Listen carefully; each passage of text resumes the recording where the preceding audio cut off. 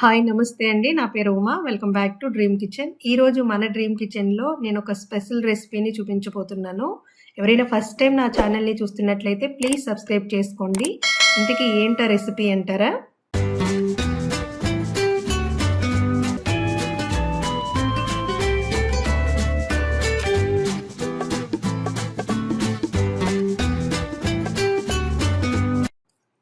మనం జనరల్గా చేసుకునే రొటీన్ పెరుగు పచ్చడి కాకుండా డిఫరెంట్ స్టైల్లో ఎంతో టేస్టీగా పెరుగు పచ్చడిని ఎలా తయారు చేసుకోవాలో చూపిస్తాను. ఇది మనం ఎప్పుడైనా కర్రీ చేసుకునే టైం లేకపోయినప్పుడు, అలాగే డిఫరెంట్ టేస్ట్ కోరుకునే వాళ్ళకైతే ఇది ఖచ్చితంగా నచ్చుతుందండి. దీనికి కరెక్ట్ కాంబినేషన్ వచ్చి మనకి చపాతీ అలాగే వేడివేడి పూరి అయితే చాలా బాగుంటుంది.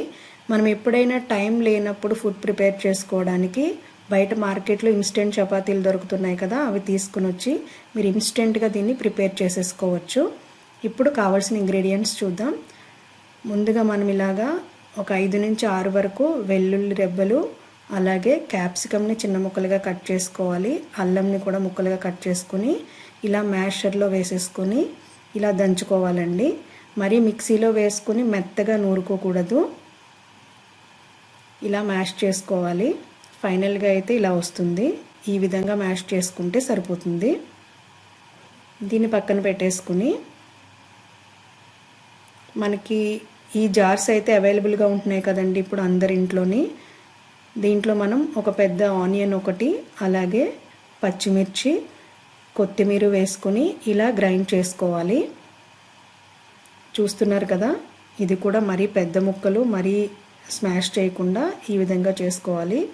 తర్వాత ఒక బౌల్లోకి పెరుగు తీసుకోండి. ఈ పెరుగు కూడా మరీ థిక్గా ఉండకూడదు. మీకు ఏమైనా థిక్ అనిపిస్తే కనుక కొంచెం లైట్గా వాటర్ వేసుకుని ఇలా మిక్స్ చేసేసుకోవాలి. ఈ విధంగా ఉండాలి పెరుగు. ఇప్పుడు నేను చూపించినట్టుగా 1 by 1 యాడ్ చేసుకోండి. మనం ముందుగా దంచి పెట్టుకున్న అల్లం, వెల్లుల్లి, క్యాప్సికమ్ ముద్ద, అలాగే మనం ముందుగా గ్రైండ్ చేసి పెట్టుకున్న ఆనియన్, పచ్చిమిర్చి, కొత్తిమీర, ఈ మిశ్రమాన్ని కూడా పెరుగులో వేసేసుకోవాలి.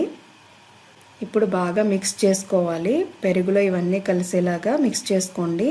మీరు ఇలా మిక్స్ చేసుకునేటప్పుడు మనకేమన్నా కొంచెం పెరుగు ఎక్కువైనట్టు అనిపిస్తే కనుక మీరు మళ్ళీ ఆనియన్స్ మిశ్రమాన్ని కావాలంటే యాడ్ చేసుకోవచ్చు.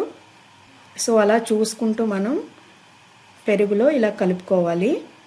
తర్వాత మిరియాల పొడి యాడ్ చేయండి, అలాగే జీలకర్ర పొడి, ఆమ్చూర్ పౌడర్, కారం, సాల్ట్, ఇవన్నీ కూడా మీరు 1/2 టేబుల్ స్పూన్ వేస్తే సరిపోతుంది. మీరు ఒకసారి చూసుకుని మీరు తీసుకున్న క్వాంటిటీని బట్టి ఇక్కడ మనం తీసుకున్న పొడులన్నీ కూడా మీరు క్వాంటిటీని పెంచుకోవచ్చు కావాలంటే. ఇలా మనం మొత్తం పెరుగులో మిక్స్ చేసేసుకోవాలి.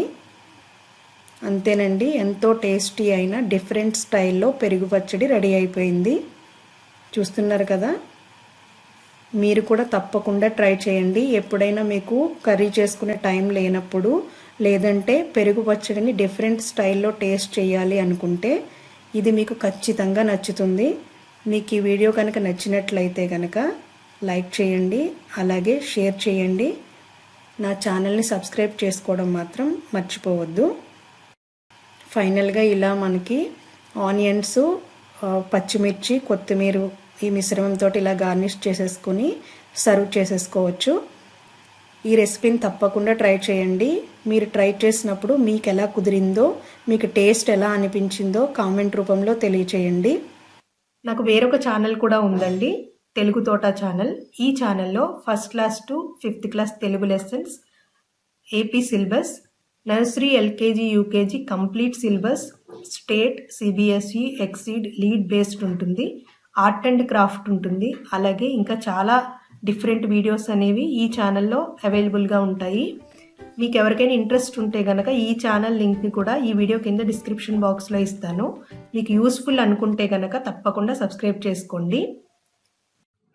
ఈ వీడియో మీకు నచ్చినట్లయితే కనుక లైక్ చేయండి, షేర్ చేయండి, అలాగే నా ఛానల్ని సబ్స్క్రైబ్ చేసుకోవడం మాత్రం మర్చిపోవద్దు. పక్కనున్న బెల్ ఐకాన్ని కూడా క్లిక్ చేయండి. బెల్ ఐకాన్ని క్లిక్ చేయడం వల్ల నేను నెక్స్ట్ అప్లోడ్ చేసే వీడియోస్ నోటిఫికేషన్ అనేది మీకు ముందుగా వస్తుంది. Thank you for watching.